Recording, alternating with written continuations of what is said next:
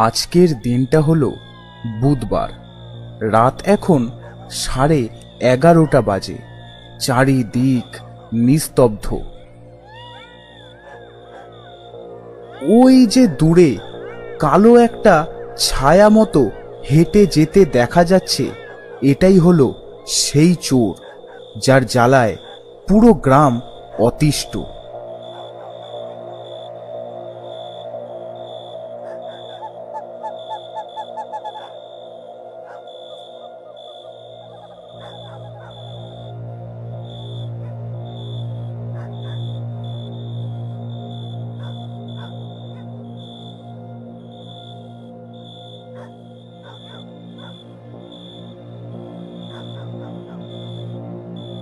আরে এ কি?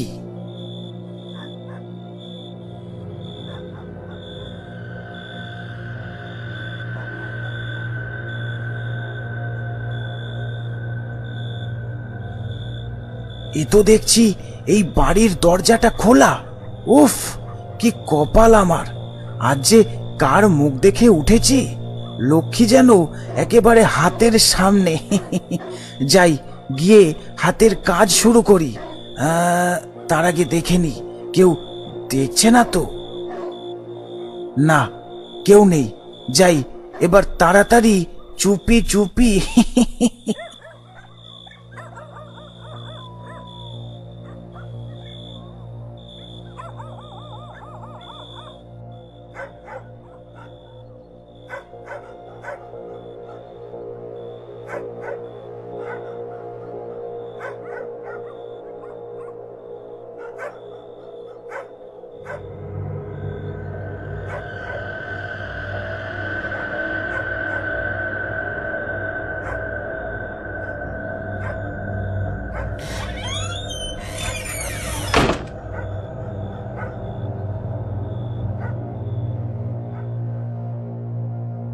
এতগুলো দিন পর চোরটা আজ ধরা পড়েছে।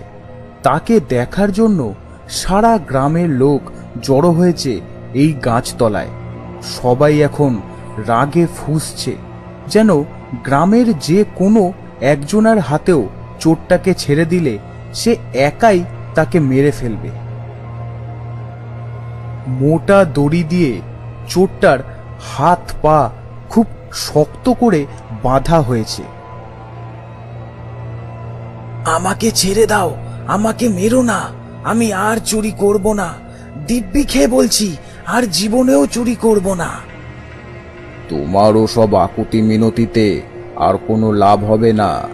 এতদিন ধরে এই গ্রামের মানুষকে অনেক জ্বালিয়েছ। শুধু এই গ্রাম কেন, নিজের গ্রামটাকেও তো শান্তি দাওনি। তোমার কথা বিশ্বাস করা মানে জীবনের সবচেয়ে বড় বোকামো করা। আজ তোমায় শাস্তি পেতেই হবে। না না না, বিশ্বাস করো, আমি সত্যি সত্যি আর জীবনেও চুরি করব না। আমায় মেরো না, আমায় মেরো না। অনেক ফালতু সময় নষ্ট হয়েছে, এর কথা শুনে আর কাজ নেই। এই, মার মার মার।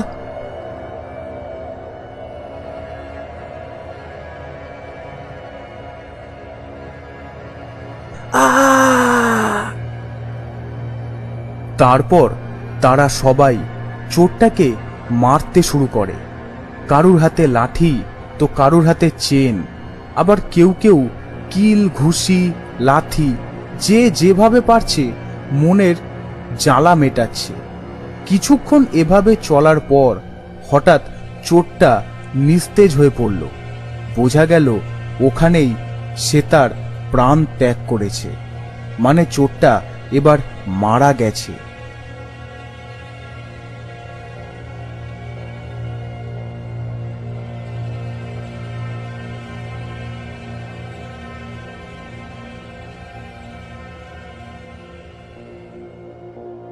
একটা জ্বালা থেকে তো মুক্তি পাওয়া গেল, কিন্তু এটার তো এবার একটা সৎ গতি করতে হবে।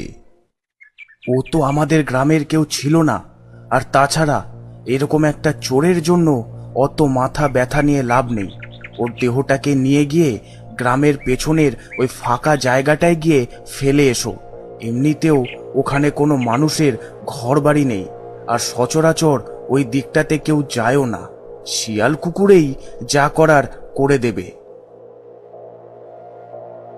যেরম কথা সেরমই কাজ। কয়েকজন মিলে চোরটার দেহটা গ্রামের এই পিছনের জায়গাটায় এসে ফেলে দিয়ে গেছে। বাকিরা যে যার মতো তাদের কাজে ফিরে যাচ্ছে। এতদিন পর তারা আবার তাদের সাধারণ জীবনে ফিরছে। তাদের এখন আলাদাই আনন্দ। আজ থেকে আবার সবকিছু স্বাভাবিক। আবার দিনের বেলায় সবাই তাদের কাজ করবে আর রাতে শান্তিতে ঘুমোবে।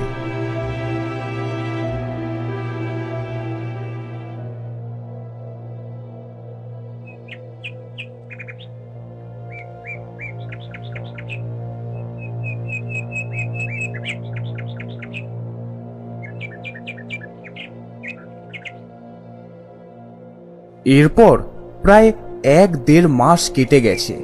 সবাই নিজেদের জীবনের আসল ছন্দে ফিরছে। কিন্তু হঠাৎ একদিন সকালে গ্রামের ওই গাছতলায় যাক, এখন তাও সবাই তাদের স্বাভাবিক জীবনে ফিরেছে, এতেই মঙ্গল। ঠিক বলেছ, সত্যিই তাই।